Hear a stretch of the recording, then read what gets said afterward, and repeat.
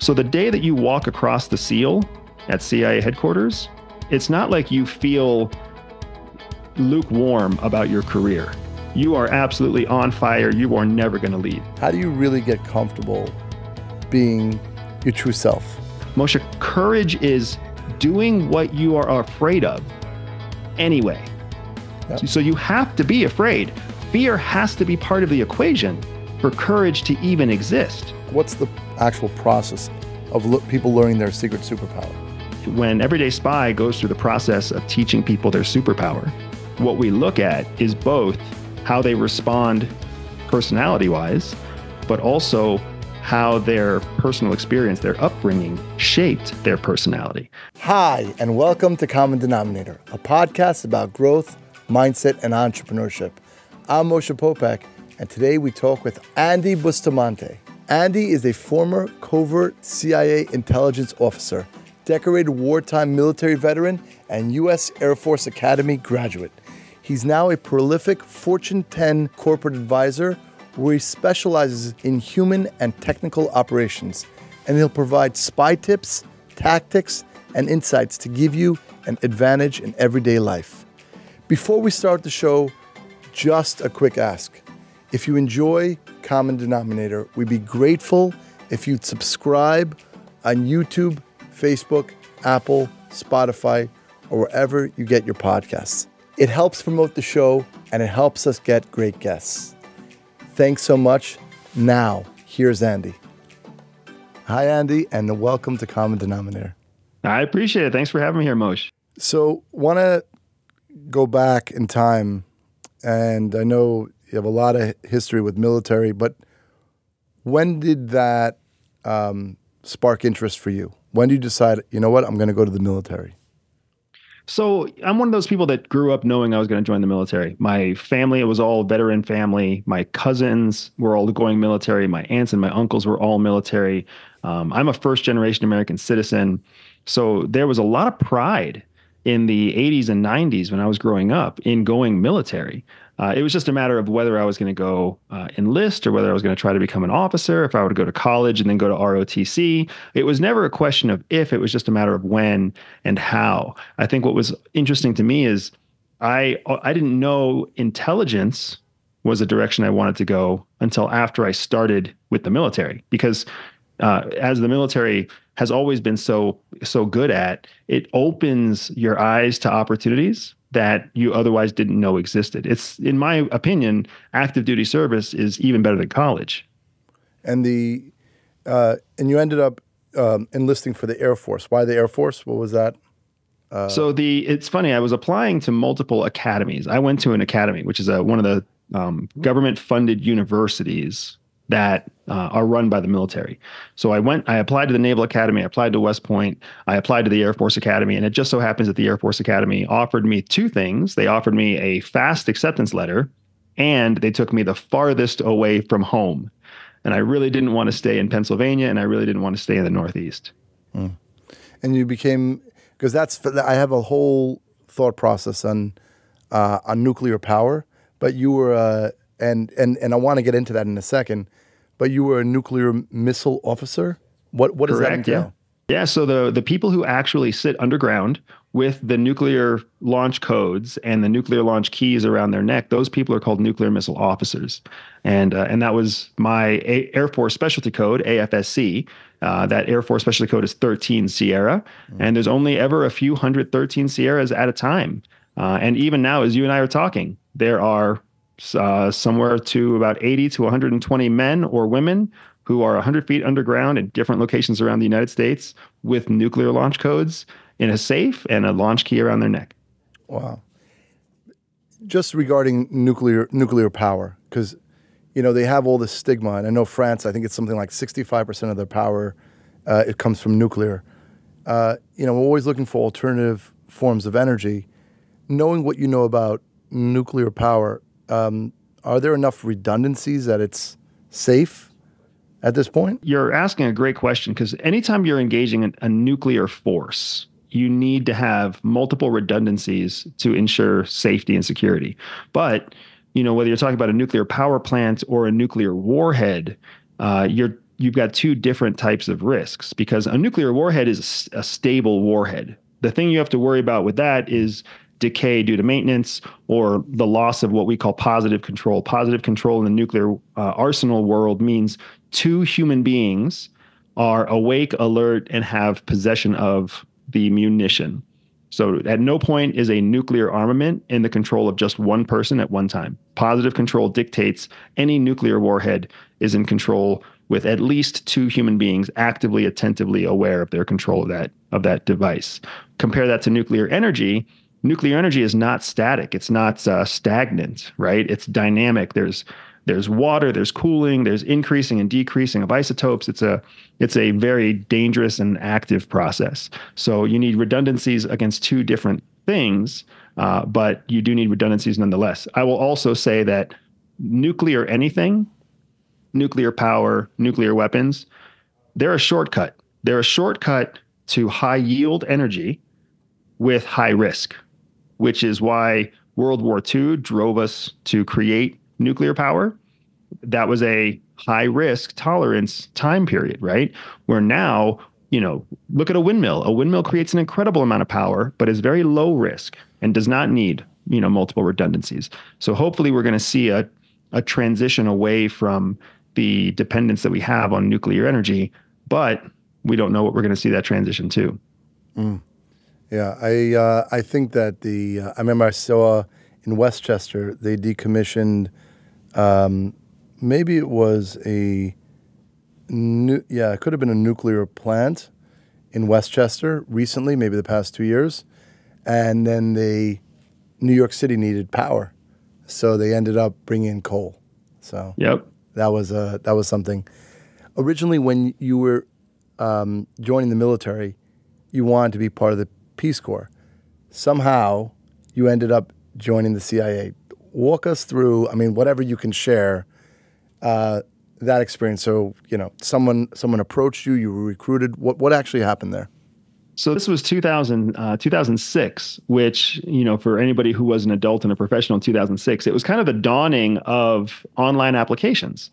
And I was applying to the Peace Corps online, trying to put in my submission to the Peace Corps while I was still in uniform with the Air Force. And it was actually during that online process that I had a red screen pop up that said, hey, based on your qualifications, I already put in my bio, my background, answered all their questions. Based on your submission, we think you might be qualified for other roles in the U.S. federal government. Would you be willing to pause your application for 72 hours so a recruiter can contact you? I'm 26 years old at the time, so I'm always open for new opportunities at 26 years old, right? It doesn't matter if it's females or if it's a better restaurant or if it's a better drink. I'll say yes to a new opportunity. Mm-hmm. So I put myself on hold, and then 24 hours later, I got a phone call from an unlisted number. It was only attributable to the 703 area code, which is Langley, Virginia. And a woman on the other end of the phone, didn't really introduce herself at all, but she confirmed I was the same Andrew who was applying for Peace Corps, and that I put my application on hold, and I had not completed my complete application.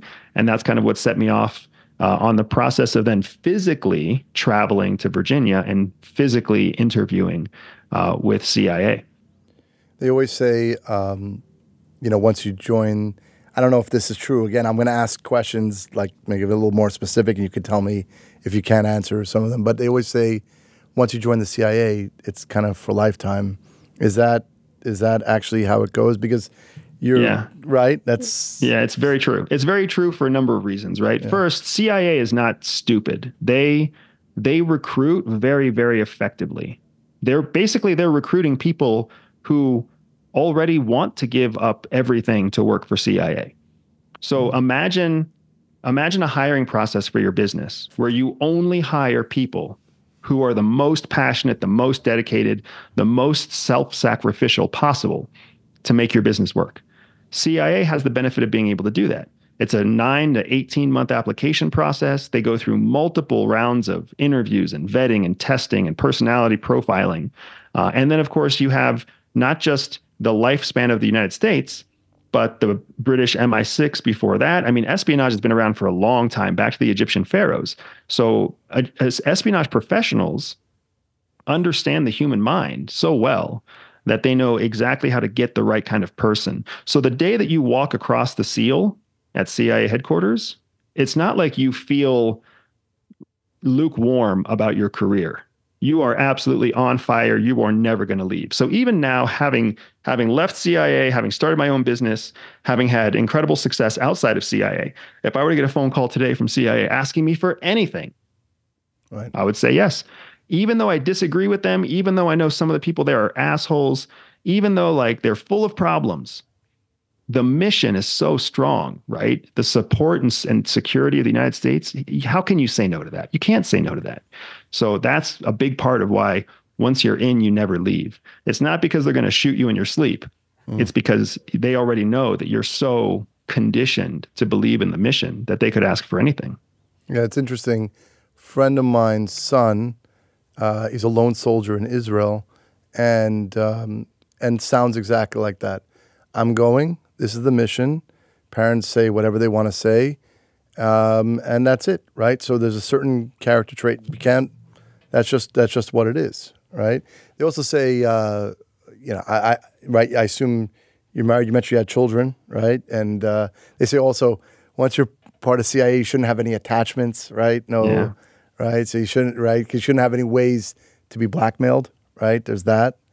Yeah, the whole attachment thing is a double-edged sword, right? Because CIA doesn't want you to have any external attachments. They don't want you attached to a wife who's outside of CIA. They don't want you attached to, friends or partners or anybody who's outside of CIA, businesses outside of CIA, children outside of CIA. But they love it when you become attached to people inside CIA. There's a lot of what we call intramural dating, because people in that high stress and high stakes, high intelligence environment, they end up rotating and dating each other. And CIA loves that because it's easy to do an 18-hour day when all of your friends and your lover and your everything is at the building or in the building or on the covert network that is run by the building. So the attachments thing is they want you attached on the inside, not on the outside. What they lost my wife and I because we became attached on the inside and then wanted to build a life for ourselves on the outside with children that were not under the umbrella of CIA. So that was the big part of what drove us to leave. We didn't have a beef or discouragement or disappointment with the CIA. It was just that we wanted to build a family and CIA wanted us to be clandestine officers first. We wanted to be parents first. They wanted us to be operatives first. When you told them that you were going to make a life somewhere else, I guess they were okay with it. I mean, sure, there's classified stuff that you have to go through and short checkups and things like that, right? Yeah, there are protocols, protocols that were in place that nobody ever used. It was pretty funny because it was 2014 when I left, which was the last 2 years of the Obama administration. And, the attrition out of CIA was less than 2%. So less than 2% of people left, period. That includes retirees. And the vast majority of that 2% was people who left on Friday to retire and then started the following Monday as a private intelligence contractor, right? Working for somebody else, but still inside the building. So when my wife and I left, we executed on our separation. We submitted and went through the whole 2-year fiasco. It's a long time. Like you've got to do an out processing brief. You have to do a full operational review of your history. All this stuff has to happen before they are willing to raise their hand and say, yes, this person is former CIA. They used to be in operations and, they can speak about their background. Now, at the end of those 2 years, 2016, Donald Trump takes office and then the whole world explodes, right? And part of the world exploding was Donald Trump dividing himself as an executive away from CIA. Well, now you have all these CIA officers who start leaving CIA. Attrition more than quadruples. Now CIA is losing, upward of one officer per month.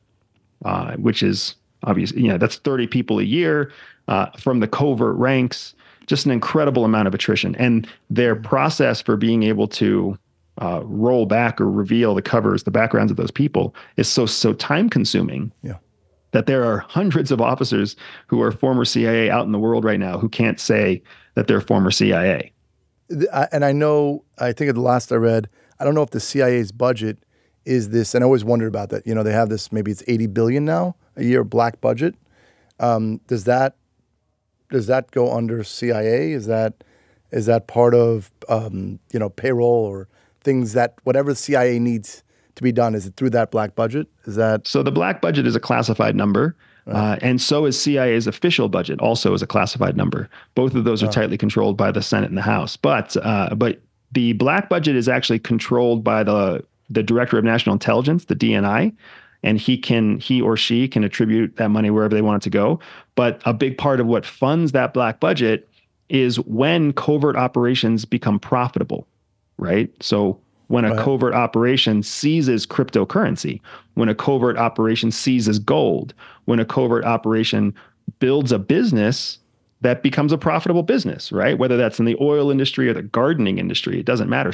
The money needs to go somewhere. So what they do is they funnel it all into this black budget, and then they basically use those profits to fund ongoing covert actions that happen in other parts of the world that need to be misattributed to the United States government. Right. Because I did hear that not expected, but some of these businesses and some of these things are actually end up being profitable all over the world. And, surprisingly, right? So they just, they did it for strategic reasons and end up being super successful. Is there, I know this is way outside the box, but maybe from a CIA intelligence, would you say, there's a lot of conversation now about extraterrestrial life. Just curious about that, because there's a lot in the mainstream media about that nowadays. Yeah, I mean, in my opinion, and from my experience, what you see when you see people talk about extraterrestrial or alien life, you're seeing people grasping for something that's irrational. It's rational to believe that there is alien life, that there is intelligent life in the universe. It's rational to believe that because probability-wise, it's almost impossible that there isn't. I mean, even here just on Earth, human beings aren't the only intelligent life form on Earth. So why would we believe that there's only one intelligent planet in the vastness of the universe? Just mathematically speaking, of course, there's intelligent life out there. However, to then come to the conclusion or come to the assumption that not only is there intelligent life, but that intelligent life is technologically superior to us, and they've discovered Earth, and they've traveled to Earth, and they've been able to remain undiscoverable from us on Earth, or when we discover them, they just happen to be in cigar-shaped aircraft, or cigar-shaped spacecraft, which is exactly what our airplanes look like, or they happen to be in some sort of UFO, circular shape, which is what a balloon looks like. Now the probabilities become less and less. But here's what I will say. Without a doubt, there is something unidentified in the sky, without a doubt. And there's every government agency agrees. There's something unidentified in the sky that poses enough of a national security risk that the Senate and House Intelligence Committees dedicate money, and the president makes a priority, and a whole different government unit has been developed to investigate what is this thing in the sky. Because best case scenario, whatever's happening in the sky is something that's non-threatening and can be identified through the laws of physics or science. Worst case scenario, what's happening in the sky is a threat to us from a known adversary who has an advanced technology that we don't even realize they have. And that worst case is so dangerous that we have to pay attention to it. If you think about it, that worst case scenario is exactly the worst case scenario for Japan that ended Hiroshima and Nagasaki. An unknown threat from the sky of a technology they did not have. We can't let that happen in the United States. Wow. Are there any, and I know probably everything's classified, but are there any stories from your time in the CIA that you'd be able to share? That, I don't know. There's lots of stories. It kind of depends on what you want to talk about. But something that really stuck out in your mind from your experience that you're able to share. Something that really made an impact on your life. So I'll tell you right now, I mean, it may be interesting to the entrepreneurs who are paying attention. It may not be interesting to the people who are spy enthusiasts. It's not really a James Bond story, but it's a mind-bending, life-changing story for me. I had a senior officer who always carried 4 dominoes in his pocket, just standard dominoes. He always carried them in his pocket. Whenever he got to his desk, he would stack them on his desk, 2 dominoes next to each other, and then 2 dominoes on top, right? So kind of like in a crisscross pattern. And he always had them with him. Well, one day I was in there and I sat with him and I asked him, I was like, why do you carry these dominoes? Like what? It's extra weight. They're awkward. You know, they jingle when you walk down the hallway. Why would you carry these things? And then he sat them up and he told me most people go through life knocking out tasks or to-dos like this. And he set each of the dominoes up facing him, but in a row from left to right. And then he flicked the domino on the left and knocked it over. And then he flicked the next one and knocked it over, and the next one and the next one. And he knocked all 4 dominoes over with 4 flicks of his finger, right? He said, that's how most people go through life.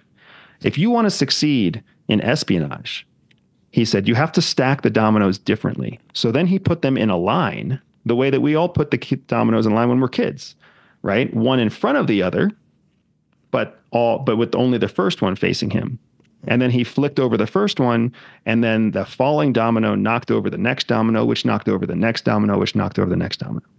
So he was basically demonstrating how the average person will go through life using 4 times as much energy to get the same 4 tasks accomplished as a smart person who puts the things in the correct order.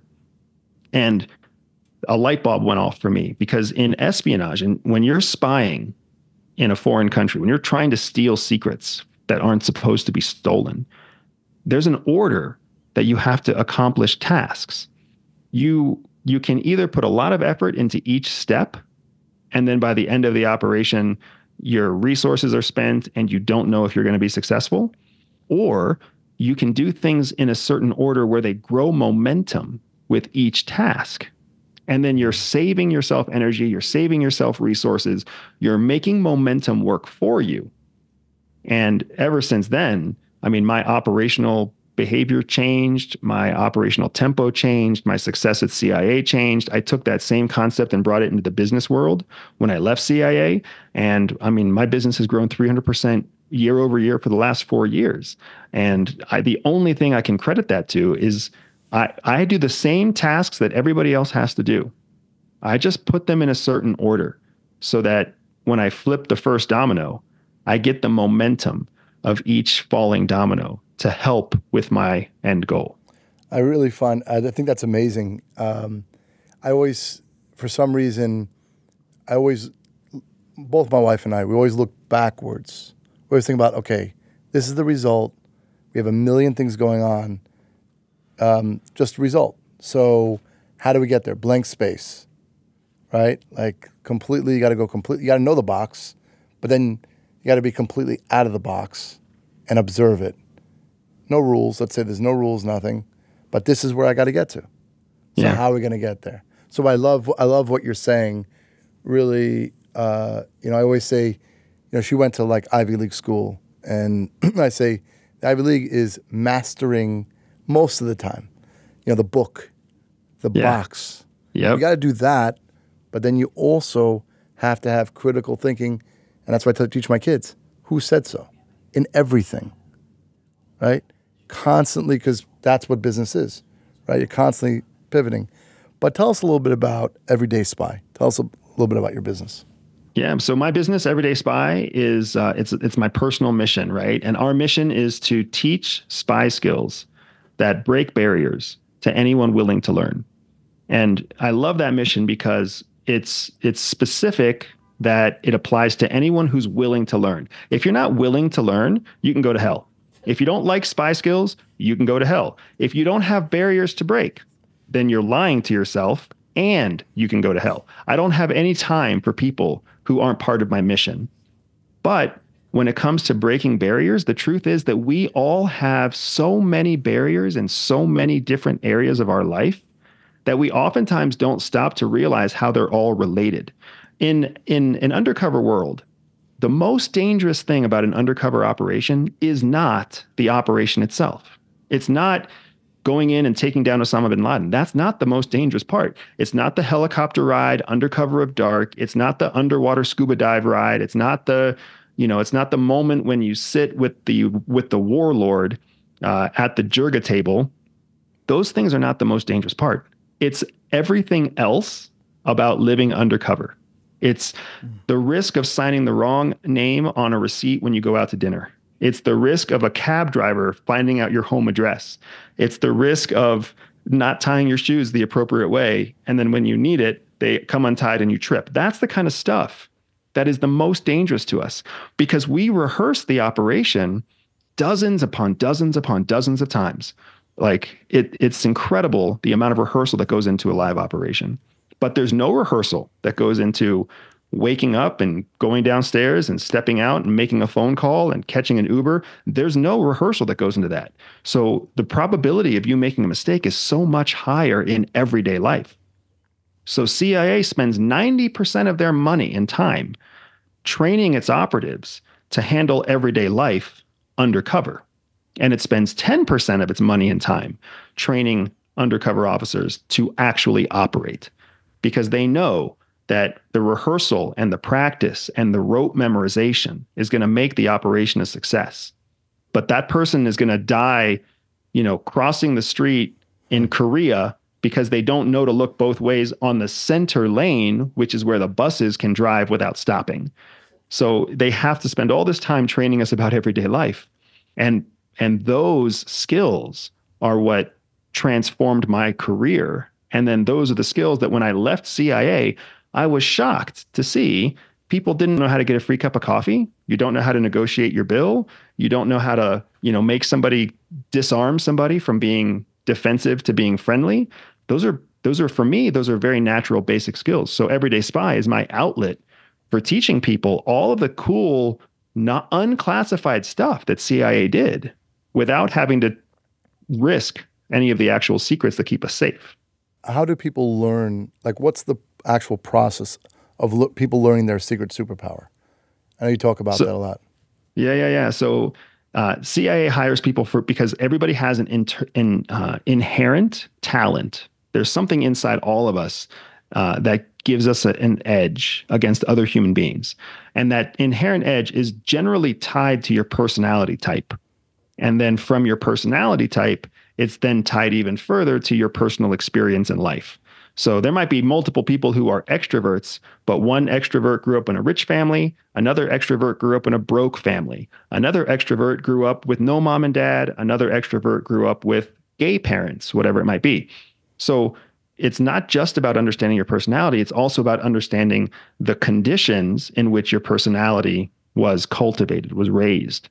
So when Everyday Spy goes through the process of teaching people their superpower, what we look at is both how they respond personality-wise, but also how their personal experience, their upbringing, shaped their personality. And once you combine those two things together, you have a really solid idea of what strengths and what weaknesses an individual inherently has.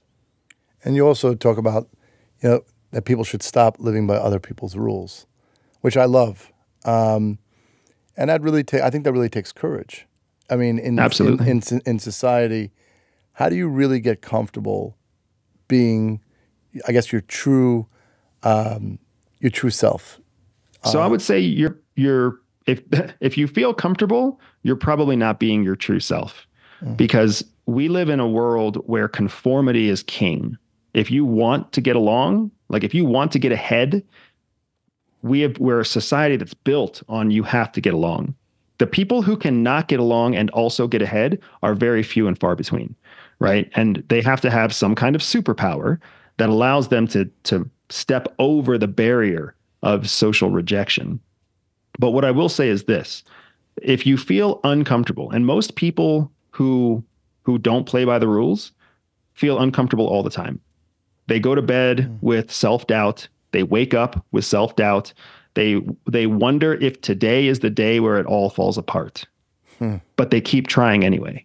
And it's the courage. I mean, what is courage, right? Moshe, courage is doing what you are afraid of anyway. Yep. So you have to be afraid. fear has to be part of the equation for courage to even exist. So when people feel like they look at somebody and that person is fearless and courageous, you can't have those two things at the same time. That person has to be fearful in order to be courageous. And what you're actually seeing is somebody who's able to take their fear, recognize it, understand it, and take action anyway. And that's what makes just amazing, heroic people. So I was thinking about this, Andy. What's a practical tip if you're just meeting somebody for the first time to like really know more about them? Body language. So it's great. So body language is something that's super helpful, but also it can be misleading. So the first thing to understand is that there's two basic rudimentary forms of body language. There's open language and closed language. So open language is what you are right now, Moshe. Your arms are open, you're leaning back, but your chest is exposed, your face is exposed, you've got a smile on your face, like very open body language. Open usually means receptive or curious. But then closed body language, that's when you see people with their arms crossed or their hands closed together or their legs crossed, right? Or somebody who's kind of got a furrowed eyebrow or a frown. That's closed body language. That means somebody is inherently suspicious or trying to keep themselves distant. If you just understand those two basic rudimentary forms of body language, when you see open language, you can lean in with more aggressive or more penetrating questions. When you see closed language, you want to ask fewer questions and instead talk more about yourself. Share more about your thoughts, your feelings, your views of the world. Because what you need to do is crack through their closed body language. And if you've ever had that moment where you've seen somebody relax because of something you've said, right? Like you said, "Oh, I'm a God-fearing man." And then all of a sudden you see the person uncross their arms and smile. Or you say, "I'm a dad of 11, right? I'm a dad of an army." And you see somebody chuckle and then open their arms. Like you have to crack through that closed body language. But what often happens is that people don't understand it. So they see closed body language and then they start peppering questions. And they don't realize what they're doing is they're just cementing that closed body language into place. You have to open the person up by talking about yourself and disarming them. I know that a lot of the consulting that you do it's like top CEOs, Fortune 10 companies, right? Which we talked about in the intro. What is their, like the true, like you peel the layers back, what's the common denominator of them? Like what's actually going on there? Because it's what's billions of dollars, right? Yeah. What's fascinating is when you start talking to the people who run multi-trillion-dollar, multi-billion-dollar companies, when you start talking to the upper echelon of everything, they're all hired. They all work for somebody else. They work for a board of directors. They work for a board of advisors. They work for a CEO who is still overseeing things, but or they work for an owner who's overseeing the CEO. So what I'm always shocked to find is that when you're dealing with senior level executives, you really are dealing with people who are trying to please someone else. And their challenge is that they carry all this responsibility, all this risk, and everybody beneath them doesn't share that burden. So they feel pinned between a hierarchy of people who don't care as much as they do and an accountability board that isn't as well spoken or well versed as they are. So it's this place in the middle where they are carrying just tons of stress and tons of concern and tons of fear. And the common denominator between all of them is usually that even though they carry all that stress, they find some way to cope with the stress. And they recognize that they're coping with the stress. So what they want is healthy coping mechanisms. Because without knowing what the healthy mechanism is, they will revert to coping in unhealthy ways. Yeah, I think, right, they recognize they probably I always talk about like the rock bottom moments. They probably had that, and they're a very unique type of person. They can handle tremendous pressure. And, right, and there's tools, like you say, to do it. They're doing it, they recognize it, and just it should be healthy, right? But I also want to highlight that the vast majority of my clients are not owners. They're executives. Yeah. When you start talking about the, decimillionaire, centimillionaire CEO owner, that's a person who's developed their own healthy coping mechanisms to build their legacy. It's very, very different. Like your successful entrepreneur has, like, the sky's the limit. They can go anywhere they want. But when you start talking about the CEO of Google, the CEO of YouTube, the CEO of CVS Health, the CEO of Booz Allen Hamilton, those are not the owners. Those are not the people who founded the business. Those are career executives who were hired and vetted, and now they are just carrying out another job. What you do and what I do every day is most certainly not just another job, right? Yeah. We are building a legacy for our children. We are wedded to this baby in a way that no CEO who was hired could ever be. And I assume that when you say the sky's the limit, for a founder, an entrepreneur, I mean, I guess that, they figured out their healthy coping mechanisms at some point. Well, they don't always, but they can. But the main thing that's magic about a founder is that we have the ability to turn ideas into money. There's nothing that stops us. When you're a CEO that's hired, you can have all the best ideas in the world, but you still have to get the board to approve. You still have to get the owner to approve. You still have to get the attorneys to approve. But when you are when you yourself are the owner, CEO, founder, people can advise you against your idea all you want, and you tell them to go to hell because it's your idea, it's your legacy, it's your baby. So what I find is that the people who understand and who want that freedom are destined for success. That's why the sky's the limit, because like they'll soar or they'll crash. And half the time after they crash, they'll get right back up and soar again. Whereas when you're a career COO or a career CFO, one crash and your career's over. Amazing. So tell me, Andy, what is something today, when you're looking back at your life, what is something that you're deeply grateful for? I mean, it's a long list, man. There's so many things to be grateful for. But the first thing that comes to my mind is that I'm grateful for my wife and I'm grateful for my children, because my wife is the counterbalance that kept me on a productive path. If you think about a sailboat, right? A sailboat has a giant sail. Well, that entire gigantic sail is controlled by one rope. And that one rope is either, they call it sheeting. You either sheet it in or you sheet it out to gain momentum, to gain speed, to change the direction of the boat. Without my wife, I was a sailboat with a giant sail and I was just blowing in the wind. But when she came along and she sheeted me in, now all of a sudden I was an engine, right? I had an ability to produce something that I couldn't produce otherwise, plow through an ocean. So I'm grateful for my wife. And then my children became my navigational guide. They became what I was working for. So now I had my wife to turn me into a motor, like turn me into a power force. And I had my children to show me the way of where I wanted to go. Without them, I'd still be floating in the ocean. Big shiny sail, and flopping around in the waves. Really love that. And what's something about you that people don't know? I think that there's people, a lot. Yeah, there's a lot there too, right? Yeah. So one of the things that I think people don't realize is that I have every intention of completely disappearing. And I'm not here to be a celebrity. I'm not here to be an internet personality. I'm not here to be someone that speaks for the next 30 years.